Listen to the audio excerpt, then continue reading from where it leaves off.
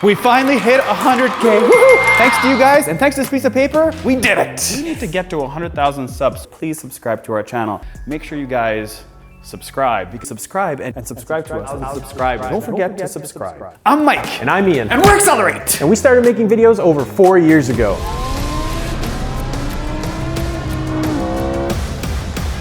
Like 2 years with the studio and stuff, and some of the videos are awesome. And some of them flopped. But all in all, we want to thank you guys from the bottom of our hearts and bellies for joining us on our road to 1 million subscribers. Nice. Listen here, Nissan Pathfinder. This is the 2022 Nissan Pathfinder.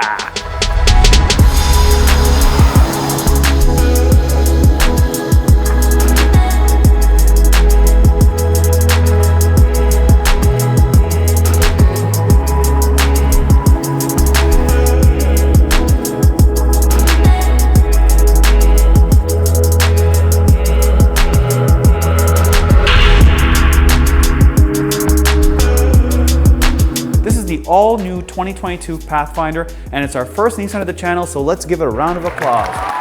So launched in 1986, this is the 5th generation of the Nissan Pathfinder. Now I know Nissan because I grew up in Dubai and the Nissan Patrol was awesome. Even though this Nissan is called Return to Rugged, but in my opinion this thing's designed for the mall, the street, and anybody that wants an 8-seater vehicle. Because yes, you can get this an 8-seater, and even you can get the first ever Pathfinder with 2 seats in the middle. So its main competition is the 4Runner, the Explorer, and of course the Telluride. So this was Nissan's opportunity to just everybody else's design team and say, look what we've created, the 2022 all-new Pathfinder. And then they created this roundish looking thing that kind of looks like a bigger Rogue. And I'm wondering, where is the improvements? Well, let's find out.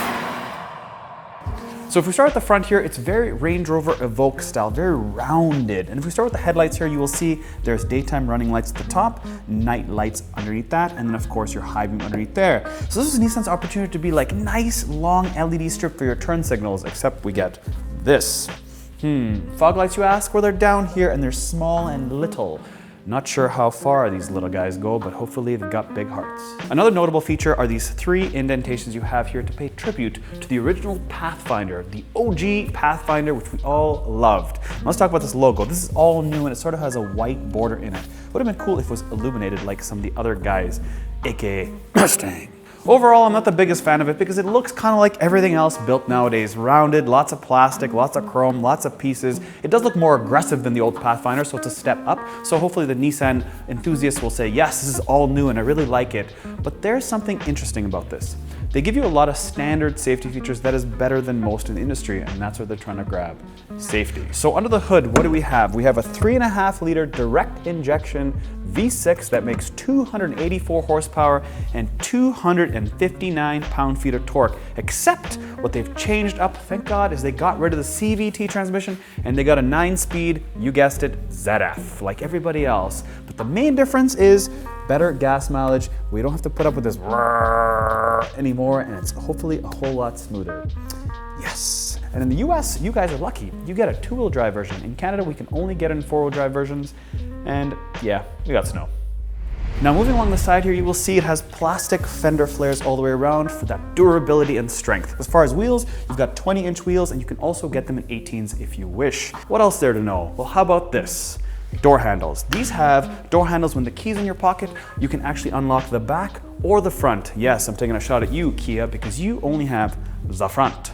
So as we flow down the vehicle here, you'll notice you have black up top, including this roof rail. You can also get it in silver, but the overall concept here is very Land Rover-ish, which sort of boosts the image of this specific Pathfinder. They've also added something called electronic brake distribution. What that does is it determines how much weight is in the back of the vehicle, and it'll apply brakes accordingly.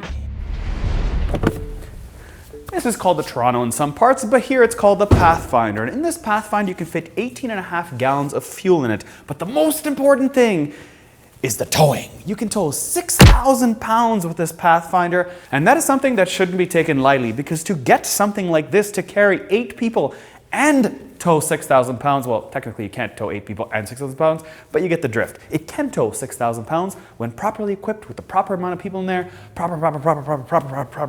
Now, seriously speaking, this is the best part of the Pathfinder in my opinion. I like how it's flat here, you notice, not as round. I like the continuity of the black flowing all the way back. I love the way the Pathfinder is nice and wide and not just little thing that says Pathfinder. It does say Platinum 4-wheel drive, but besides that, it's nice and clean. Even the Nissan logo looks a lot better in the back here than it does in the front. Now, if you're wondering where the rear camera is hiding, it is right underneath here. Now, I will have a suspicion that in the wintertime, the snow will flippy floppy all the way back up here and then block your vision. But hey, I'm not a designer. Oh! That is cool. There's actually a button underneath here that can lock the doors. Not just open the trunk, but also lock the doors. Did I mention this thing has kick trunk? Yes, let's try it. Kick, kick, kick, kick. Now, Home Depot stock is up 3%, and that is because you got yourself a Pathfinder, because this is the only one in its class that you can fit a full sheet of drywall or plywood. Because take a look, you've got about 50 inches of width. That is 2 inches larger than 4 feet, if you didn't know what the math looked like. And of course, you got 8 feet. That's cool and all that, but if I have 8 people in this, or 7 in this specific case, how much space do I have behind the third row? And we have just about 20 inches, which, believe it or not, is larger than an Audi Q7. Scary. And another thing this beats in the Q7, take a look at this storage. This is more storage than an Audi Q7. In Audi Q7, they give you this like flappy little thing that they have to kind of twist. This is nice and solid and definitely deep, so there is storage down here. Nice, Nissan. And look at that, cool looking, matching the front grille sort of. This is exactly like my toilet at home. Soft close. So seriously speaking, safety is key. That's why this thing has 10 airbags, including 2 long side air curtains. It does have knee bags in the front, but we'll get to that in a minute. The most important part is this back here, the third row. How easy is this thing to put down, and what do I gotta do? Now, this thing here is to pull it back up, and if I wanna push it down, I push this up, and you can see it does recline all the way back, which is amazing. And then if I wanna put it down, I gotta pull these guys here, and push this down. The only complaint I will have is this kind of hurts my thumb a little bit. As you can see, I have an indentation on my thumb by pushing this up and pushing it down. So maybe this is just not designed to go down and up all the time for consistent use. So maybe keep that in mind if you're looking at a Pathfinder, and how often are you going to pull these third row up and put the third row down. Now, how much room do we have to go all the way back to those beautiful second row seats? Because as you noticed, they are fancy. This is the first time a Pathfinder's ever offered second row captain's chairs. So if you're a captain and you sit in the second row, well, hey, Pathfinder's for you. But how much room do we have? We have just about 46 inches, or just under 4 feet to the cusp right here. The interior of the 2022 Pathfinder, and man, I can already tell this is going to be a winner. The quality is just really good. Like, they've really stepped up their game in what I'm seeing initially and touching and feeling.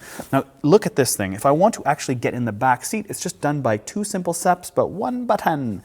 Push the button, and look at that. I don't know what the second step is. They said 2 steps, but that was 1 step.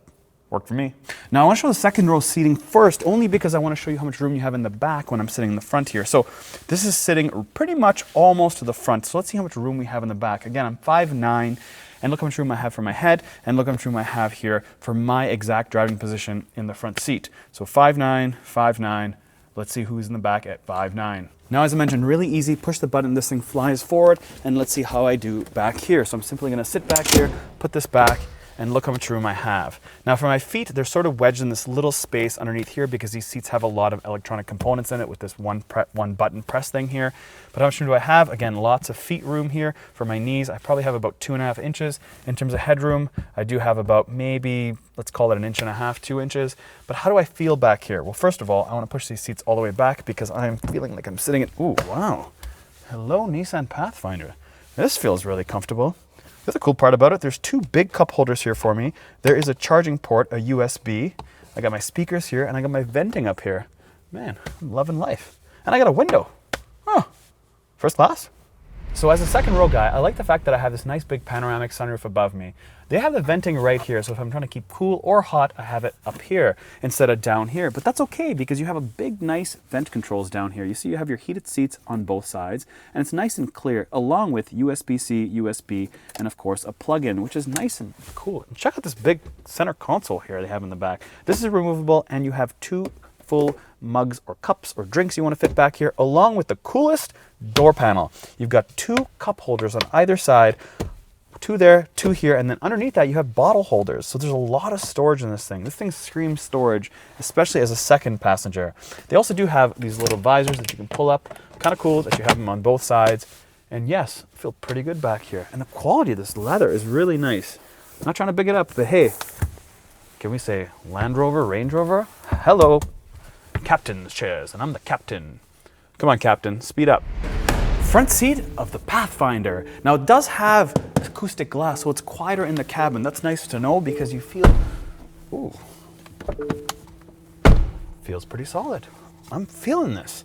Now, this is a lot of screening going on. This is a 9-inch screen, this is a 12.3-inch screen, and that is a 10.8-inch heads-up display, which is odd because this screen is larger than this screen, and I haven't seen that in forever. This looks like a Land Rover, Range Rover product. There's so much Land Rover, Range Rover in here, I'm feeling expensive. Even this little slider in here, look at this room. It says Pathfinder. This might as well say Defender because it has a squared off design. Now if I start off with this door panel, you'll notice it does have ambient lighting underneath here. It does have memory seat that can also remember your steering position. That is cool. This is the world's fastest tilt and telescopic steering. Ooh. 1, 2, 3, go. That is fast. Sweet and impressive Nissan, even with their new logo right here in white. Sweet, they're pumping it up. The other thing I've noticed is this does have all your buttons on the left-hand side. So if I want to keep lane, I press this button, it centers the lane. I can also press and hit this button and the trunk opens and closes. Pretty cool. Also, the other thing I've noticed is this does have plug-in Android, but wireless CarPlay. So sorry, Android users, you gotta plug it in. It also does have Google Maps or the Nissan Maps, which are kind of boring and weak, but hey, we'll get in that in a minute. It does have heated steering wheel that you press this button and it activates. It also does have third row because it does have 3-zone climate control. You hit this button, it's activating the rear HVAC, and then if you want to control it, you push this button next to it, and voila, I can control the HVAC from the front for the people in the back. It also does have 13 speakers from Bose, and it does have flappy paddle gearboxes because this is a 9-speed and not a CVT. So yes, this makes more sense in this thing now. Not that anybody would use it. It also does have wireless charging, but when you put your phone in, it sort of just drops down here. You kind of have to have it in this exact spot there to work. A little bit finicky, but it does have USB and USB-C up front along with a cigarette lighter. It also does have these massive cup holders you can slide big cups in. It does have automatic parking. No more is the foot parking brake because now I have one of these guys. This is to activate your parking brake and push down to disengage. It does have auto hold as well, so when I'm going up a hill, I don't roll back. And it does have start and stop by pushing this button. It also doesn't have the push up and push down like the one Doug Demora did. Ours is a nice turny little knob, and this is for 7 different customizable drive modes: sand, mud, snow, auto. Of course, we have to have eco, sport, and then tow. 6,000 pounds, baby. And for more storage underneath here, we do have a nice deep center console as well. Ian was eating those Justin Bieber Timbits because we have some storage underneath here, and that's probably where he hides his extra Justin Timmies. So let's quickly dive into the screen and let's take a look at the maps. Now this is the Nissan Maps, and I expect nobody is going to be using this. It is not the cleanest, fastest thing. It's very plain and basic, as you can see. Not the laggiest thing in the world, but not the fastest either. But it does have 2 nice toggles, one for the volume here, and then your scroll. That's nice to have and very straightforward, easy to use. It is piano black, so it can get a bit reflective, but overall, pretty good screen. You can change from night to day by hitting this button, black and white, and then you have a camera button. When I push that button, voila, there's the camera. You do have backup camera and then a nice overhead. It's enough for you to drive the vehicle, but for something this size, you'd expect a little bit bigger, or at least toggle from bigger screen to smaller screen on your backup camera. Now it does have your map button and then your menu button. There isn't a home button. When I hit menu, I kind of get this. So you do have your search for addresses, your call history, and then your radio station to listen to, but there's nothing a little bit deeper. I'd like to see a little bit more sexy, and this isn't. But you know what is sexy? The driver's display. This is why the driver focus, instead of giving everybody else the fun, voila, look at me, I have a nice clean screen. The resolution is totally different on this screen than the 9-inch center screen that everybody else gets to see. Because right here I can move the RPM out of the way and the speedometer out of the way, and it looks like sort of a DJ turntable or speakers. Kind of cool, different. Because look in the middle, I have my TikTok radio, I've got my time, my temperature outside, the street I'm on, and of course the vehicle. And now I can toggle this by simply just sliding down. Take a look, I can put all the different data I want to have right here. Now along with seatbelts, this does have a 2nd and 3rd row occupant sensor, so it knows if somebody's sitting in there and will remind you if you forgot one of your kids, which is important to have. Now it does have a little button on the steering wheel that gives you the 360 safety features. So you hit the button and then you have what is active right here. Pretty cool to have. Blind spot forward, and then of course your lane centering right there. Because this Pathfinder has the new 4-wheel drive system from Nissan, they offer this. It tells you the distribution of where your power is going. Thumbs up, Pathfinder. Enough talk, we're going for a drive.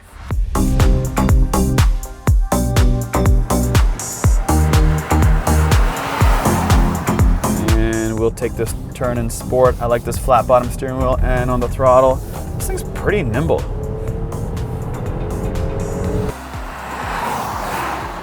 Let's turn this little thing into sport and see if it makes a difference. It makes absolutely no difference here except for it says sport. But anyways, I'm in drive, and let's feel this 9-speed transmission. No more CVT.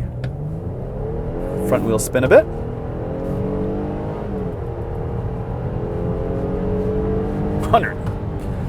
Well, you guys can add up the math and see how long that was, but I find it really funny that when I'm in eco here, nothing changes.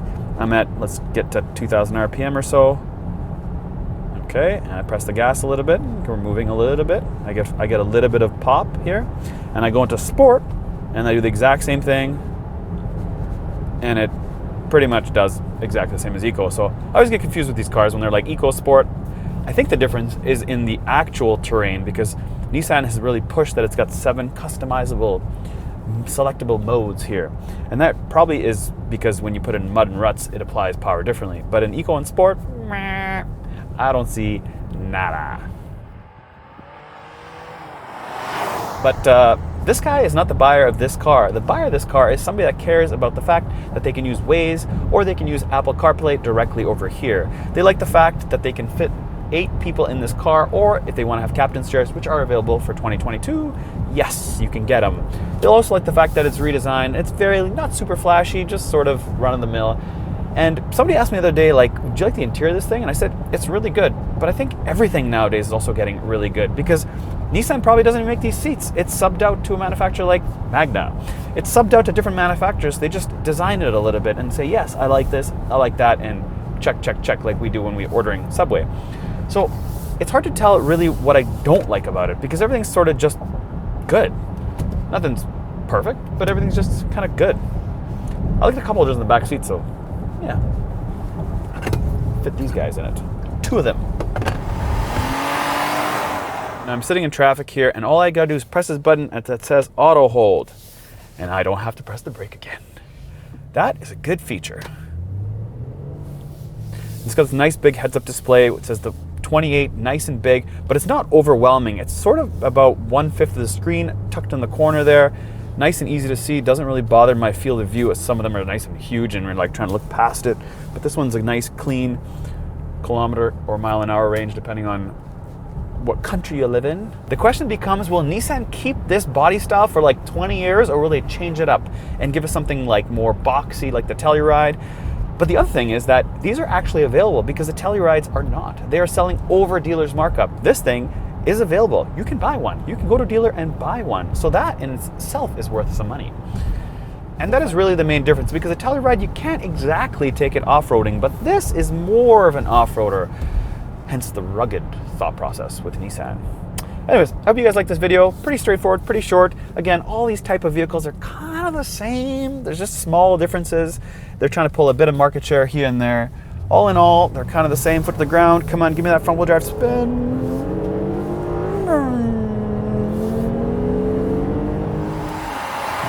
All in all, though, the key here is value. With all the safety features they give you and the fact you can get captains in the back, I think it's a pretty good buy for what it is. Again, not for me, but it's for somebody that's more family-oriented, has lots of kids, and don't really care about what the outside looks like so much.